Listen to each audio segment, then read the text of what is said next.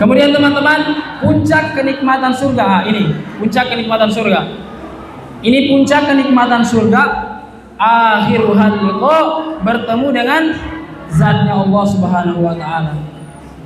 Puncak kenikmatan surga itu bertemu dengan zatnya Allah Subhanahu wa taala. Sudah ada yang pernah bertemu Allah di sini? Ada yang pernah bertemu Allah? Belum pernah. Dikatakan dalam satu riwayat, nanti kita bertemu Allah Subhanahu wa taala di surga itu sesuai amalan kita. Jadi ada yang bertemu Allah Subhanahu wa taala sepekan sekali. Ada yang bertemu Allah Subhanahu wa taala sebulan sekali. Ada yang bertemu Allah Subhanahu wa taala setiap hari. Itu sesuai amalan kita nanti di surga. Sesuai amalan kita. Dan dikatakan dalam satu riwayat, orang yang bertemu dengan Allah Subhanahu wa taala, dengan zatnya Allah Subhanahu wa taala, jangan dibayangkan ya, jangan dibayangkan. Bila kaifin wala misal, jangan dibayangkan bertemu Allah begini. Nanti di surga nanti di surga.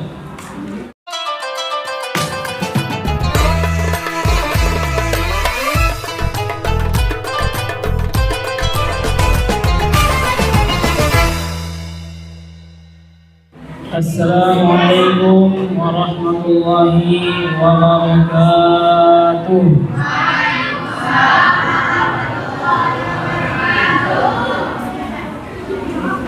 Innal hamdalillah nahmaduhu wa nasta'inuhu wa nastaghfiruh wa nu'minu bihi wa natawakkalu 'alaihi wa na'udzu min shururi anfusina wa min sayyiati a'malina. من يهده الله فلا مضل له ومن يضلل فلا هادي له أشهد أن لا إله إلا الله وأشهد أن سيدنا ومولانا محمدا عبده ورسوله لا نبي بعده قد قال الله تعالى في كتابه الكريم ومن أحسن قولا ممن دعا إلى الله وعمل صالحا وقال إنني من المسلمين. وقال النبي صلى الله عليه وسلم في الحديث وددت أني لقيت إخواني قال أوليس نحن إخوانك يا رسول الله قال أنتم أصحابي ولكن إخواني من آمن بي ولم يروني أو كما قال في الحديث. Yang saya hormati pengasuh pondok pesantren Darul Mustafa, yakni Abah Yai Musri Abdul Rahman dan Ibu Yai Haja Sofiatul dan seluruh keluarga dalam. Yang saya hormati ustadz-ustadz yang hadir di majelis yang penuh berkah ini dan teman-teman santri semua yang sangat saya cintai, baik santri putri ataupun santri putra. Sebelumnya kita bersyukur kepada Allah Subhanahu wa taala karena kita masih diberikan kesempatan untuk hadir di majelis yang sangat mulia ini. Tidak semua hambanya Allah Subhanahu wa taala diberikan kesempatan yang sangat mulia ini. Banyak teman-teman kita, saudara-saudara kita yang belum dipilih oleh Allah Subhanahu wa taala disibukkan dalam hal-hal kebaikan. Maka dari itu kita bersyukur masih didudukan di majelis yang mulia ini, tanda Allah Subhanahu wa taala masih sayang dengan kita. Teman-teman, sesuai judul kultum yang akan saya bawakan, yaitu kerugian yang dibalut kenikmatan surga. Sebelumnya kita akan membahas akhir dari kehidupan manusia. Kehidupan manusia itu belum dikatakan berakhir sebelum fariqun fil jannah wa fariqun fis sa'ir. Sebagian ke neraka dan sebagian ke surga dan sebagian lagi ke neraka. Sebelum kita masuk ke dalam surga ataupun neraka, tanda kita masih harus berjuang. Kalau kita sudah menempati surga atau neraka, berarti itulah akhir dari kehidupan kita. Dan sudah tentu semua yang duduk di sini, baik santri putra maupun santri putri, ustadz, ustazah, semua ingin yang masuk surga. Betul? Betul. pengen yang namanya kenikmatan surga, sedikit menceritakan tentang surga. Apa itu surga? Apa itu surga? Jadi dikatakan dalam satu kitab definisi surga, ta'rif dari surga. Surga adalah al-jannah ma la ainun ra'at wa la udhunun sami'at wa la khatar ala qalbi bashar. Apa itu surga? Surga adalah ma la ainun ra'at, perkara yang belum pernah kita lihat oleh mata. Belum pernah dilihat oleh mata, itu surga. Belum ada. Sudah ada yang pernah lihat surga di sini? Sudah ada. Sudah ada yang pernah lihat surga? Belum ada. Wala udhunun sami'at, belum pernah didengar oleh telinga. Belum pernah didengar oleh telinga. Wala khatara ala qalbi bashar, dan belum pernah terbesit dalam hati kita. Mungkin pernah ya bilang, wah surga itu mungkin seperti ini, tapi tidak seperti itu.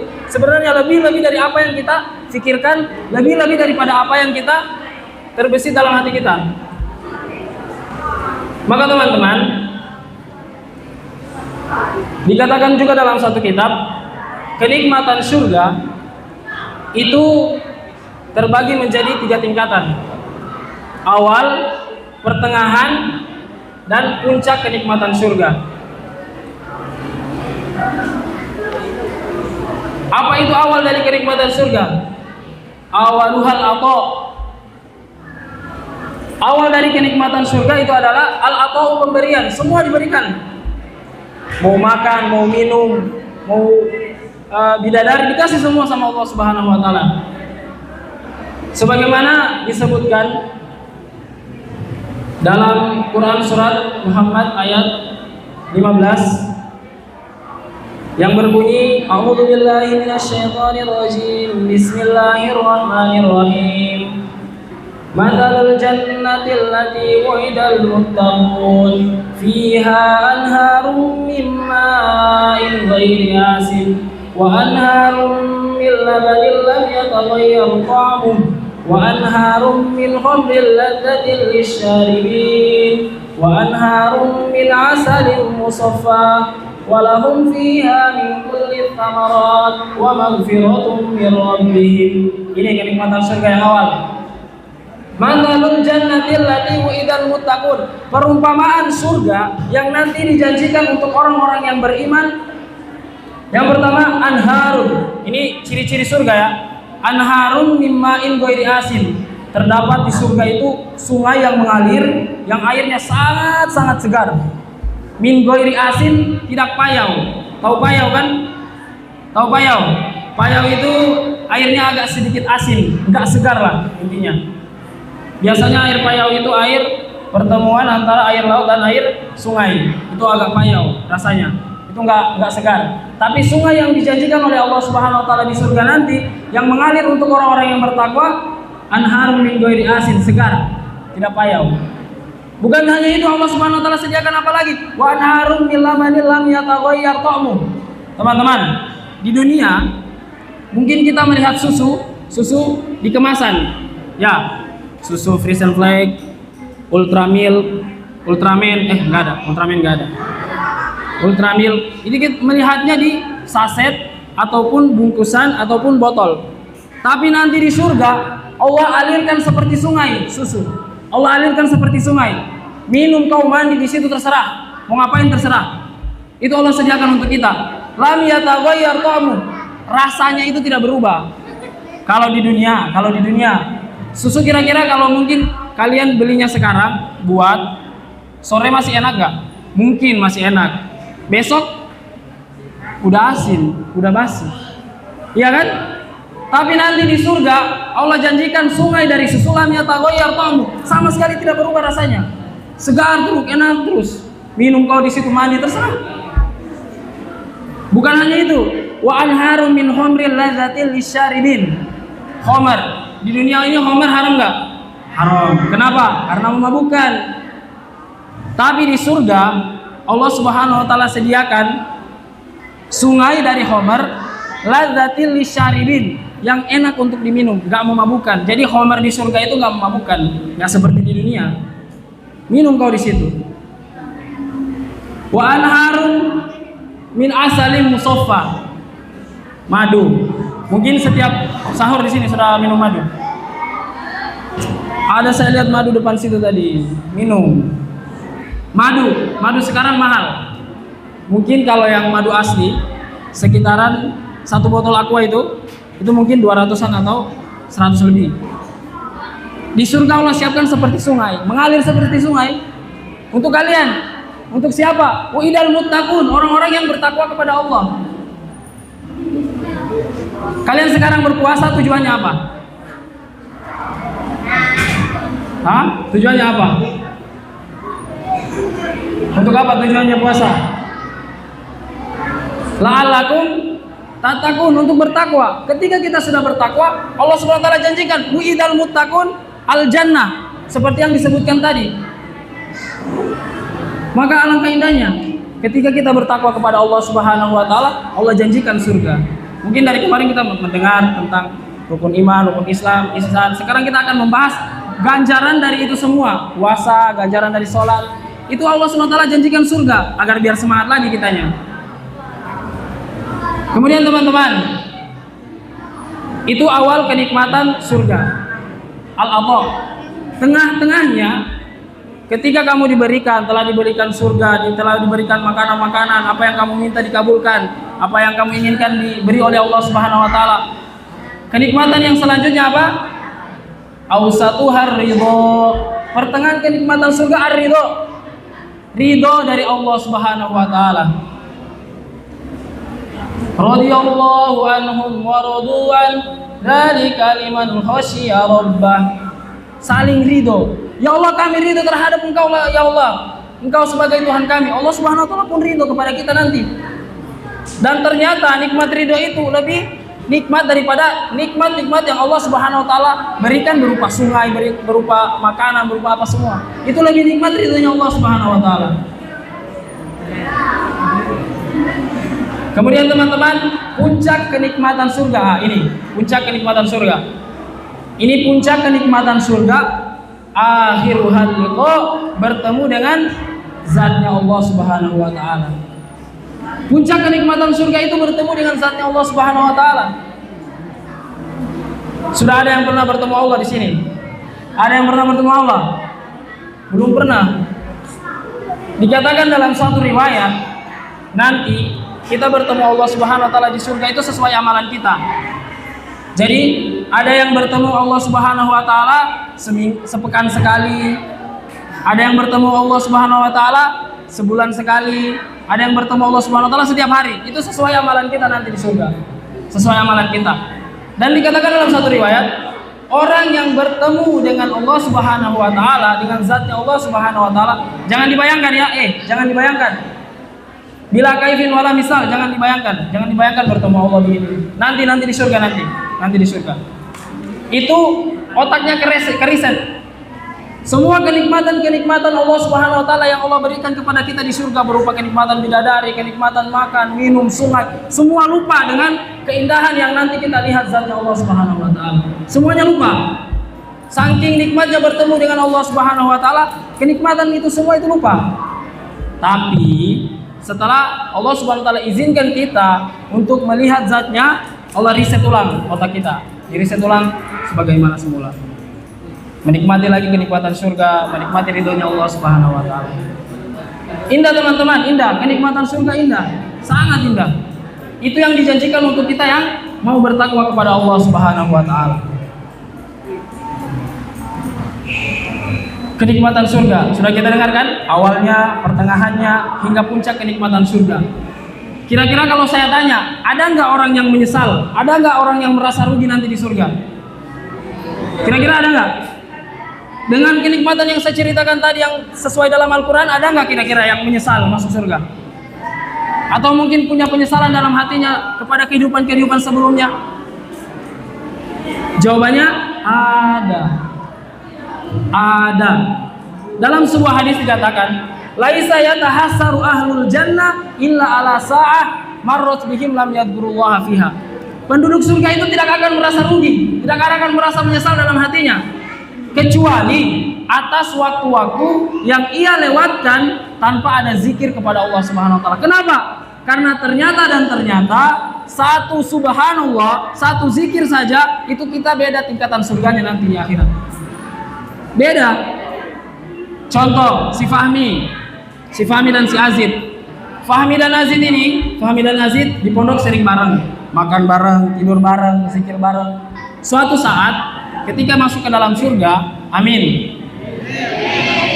Ternyata ditakdirkan surganya si Azid lebih di atas, lebih tinggi daripada surganya si Fahmi. Maka si Fahmi ngeluh, "Loh, kok si Azid surganya lebih tinggi daripada saya? Padahal kan kemarin bareng sama saya.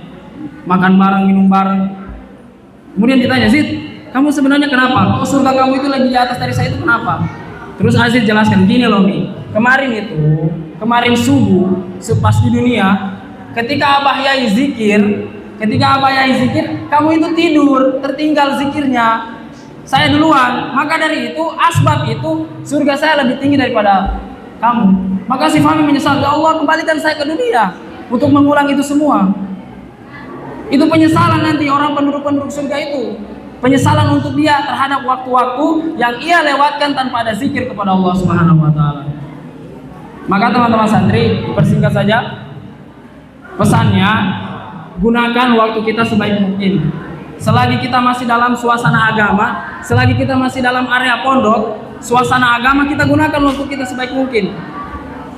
Badiril fursah qabla an takuna gussah.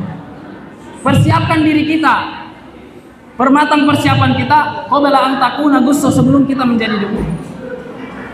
Sebelum menjadi debu berarti mati. Maka kita gunakan waktu kita selama di pondok dengan sebaik mungkin. Jangan sampai ada program-program yang terlewatkan. Ini pesannya. Program-program yang terbengkalai ataupun mungkin ketika waktu tahfidz, waktu madin kita nggak sungguh-sungguh, itu nanti akan menjadi penyesalan nanti di surga. Insya Allah semua sungguh-sungguh, insya Allah. Kemudian teman-teman santri, ini dipersingkat saja. Ada dua pesan. Yang dua perkara ini sebenarnya sangat ditakuti oleh Rasulullah SAW karena bisa menghancurkan seluruh amalan kita. Mau sebaik apa kita, karena dua perkara ini kita akan rusak. Yang pertama apa? Su'uzon. Kata Rasulullah, iyyakum bisu'izon. Fa innahu akdzabul hadis. Jangan su'uzon. Rasulullah, siapa itu Rasulullah? Suri tauladan bagi kita. Manusia terbaik. Jadi Rasulullah SAW ini pernah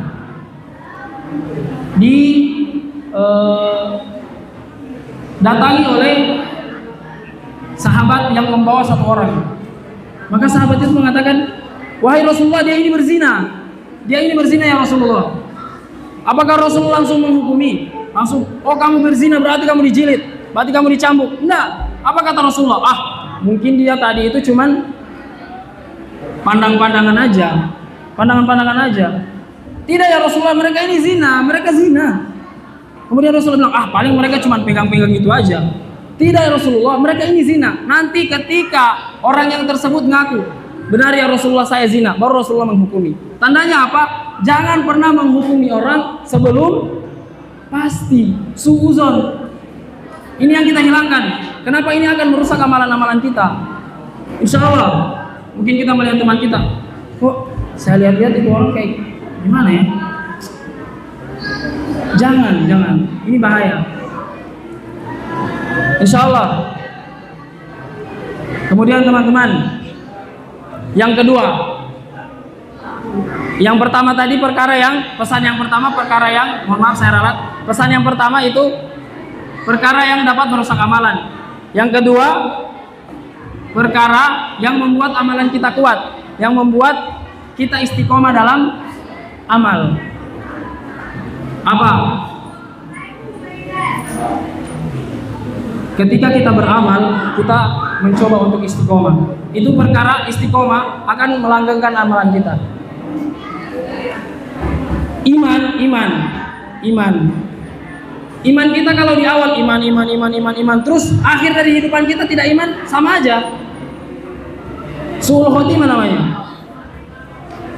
Rasulullah Shallallahu Alaihi Wasallam pernah bersabda, Inna ahadakum la ya'malu bi amali ahlil jannah hatta ma yakuna bainaha wa bainahu illa dhira fayasbiqul kitab fayamalu bi amali ahlin nar fayadkhuluha. Sudah sampai di hadis arba'in. Ada di hadis arba'in itu yang kalian kaji. Nanti mungkin nyampe. Sesungguhnya ada di antara kalian orang-orang yang fayamalu bi amali ahlil jannah, mengamalkan seluruh amalan-amalan surga, zikir, puasa, tahajud, sholat 5 waktu, lengkap semua. Sehingga jarak dia dengan surga itu hanya sejengkal. Maksudnya sejengkal itu sudah dekat. Saking banyaknya amalannya, dia sudah dekat dengan surga. Fayamalu bi amali ahlin nar fayadkhuluha. Tapi sayang dibalik sayang, sebelum dia mati, dia mengamalkan amalannya ahli neraka, fayadkhuluha, hingga dia masuk dalam neraka. Maka istiqomah iman itu penting. Istiqomah dalam amal itu penting. Supaya apa? Supaya untuk melatih kita, iman kita itu kita istiqomahkan dalam hati kita. Insya Allah. Ada satu kisah, seorang muazin di zaman Rasulullah SAW. Jadi orang dulu itu kalau azan naik ke tempat yang tinggi. Dulu nggak ada mikrofon seperti ini, belum ada. Naik ke tempat yang tinggi, naik azan. Ketika dia hendak azan, dia melirik, ada wanita Yahudi yang sedang mandi. Maka dia tergoda. Muazin ini muazin di zaman Rasulullah, bukan Sayyidina Bilal ya, bukan. Muazin di zaman Rasulullah. Dia tergoda, dia datangi perempuan itu, digandeng sama dia. Saya menginginkanmu, katanya. Maka Yahudi tadi mengatakan, nggak bisa, kamu Islam, saya Yahudi. Kalau begitu apa yang bisa membuat saya bisa bersama kamu? Masuk ke agama saya. Masuk. Jadi orang Yahudi. Ini karena apa? Imannya tidak diistiqomahkan. Maka penting teman-teman. Penting mengistiqomahkan amalan-amalan agar apa? Supaya iman kita nanti istiqomah mulai awal sampai husnul khotimah. Insya Allah. Mungkin hanya itu yang bisa saya sampaikan, akan tetapi mungkin akan ada pertanyaan. Satu saja, satu pertanyaan aja. Satu pertanyaan. Dua pertanyaan. Jadi begini. Pernah dengar dua. Pernah dengar hadis ini? Ad-dunya sijnul mu'min wa jannatul kafir. Dunia itu sijnul mu'min, penjara bagi orang yang beriman, wa jannatul kafir, dan surga bagi orang kafir. Pernah dengar nggak? Aduh, belum pernah dengar. Tidak jadi berarti. Pertanyaannya tidak jadi.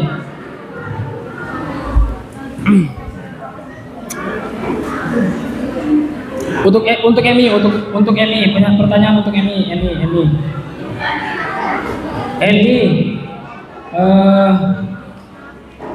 Coba siapa yang berani maju menyebutkan rukun iman, rukun Islam? Maju, jangan cuma saya, jangan maju di depan, maju, saya tunggu. Maju. Perkenalkan. Siapa namanya? Yang ada depan. Yang keras, suaranya keras. Haki. Asal. Coba sebutkan rukun iman, rukun Islam. Jangan sampai salah.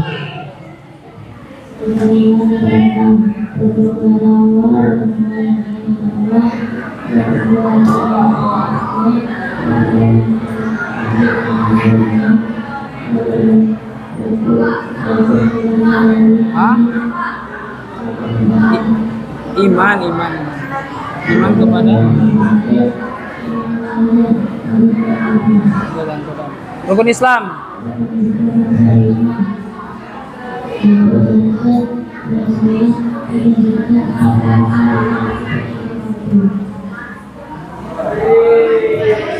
Ya, 100 untuk Mas Hadi. Hadi sore. Satu pertanyaan lagi. Apa?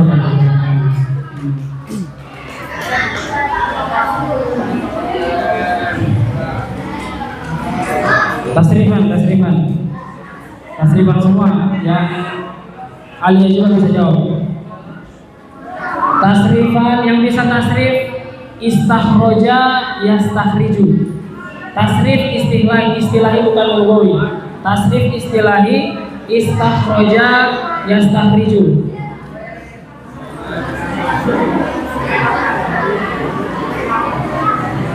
Istakhroja, saya contohkan istakhroja yastakhriju. Istikhrojan mustakhrojan mustakhrijun mustakhrajun. Istakhrij la tastakhrij mustakhrajun mustakhrajun. Ulang yang saya bilang tadi. Siapa yang berani? Gimana yang apa istakhroja? Istakhroja siapa? Maju.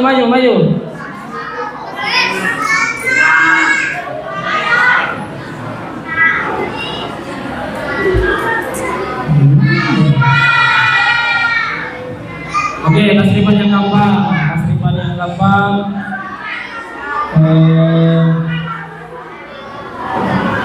Nasoro yang suruh istilahi nasoro yang suruh. Ini bab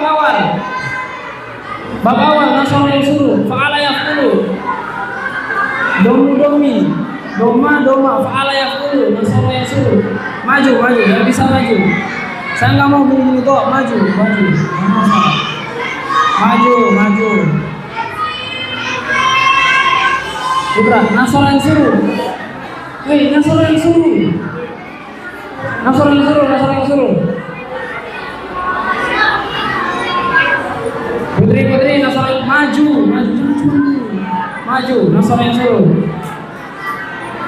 Nasoro yang suruh. Astaga. Nasoro yang suruh maju. Saya yakin banyak yang bisa, cuman nggak mau maju. Maju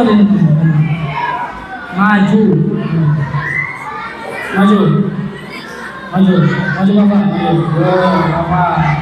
Maju.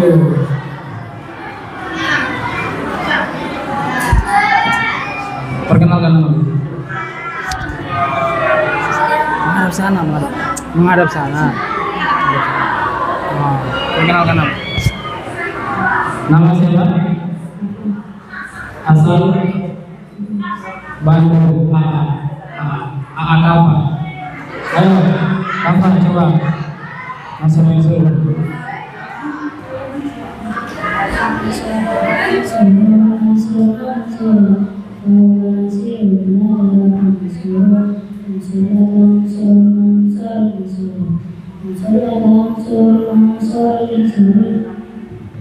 Satu Kafa. Adanya nanti sore. Adanya ketemu aja. Ya mungkin hanya sekian dari saya. Semoga bermanfaat untuk kita semua. Kalau ada perkataan saya yang salah, saya minta maaf. Kalau ada yang tidak terima, saya tunggu di belakang. Main-main. Assalamualaikum warahmatullahi wabarakatuh.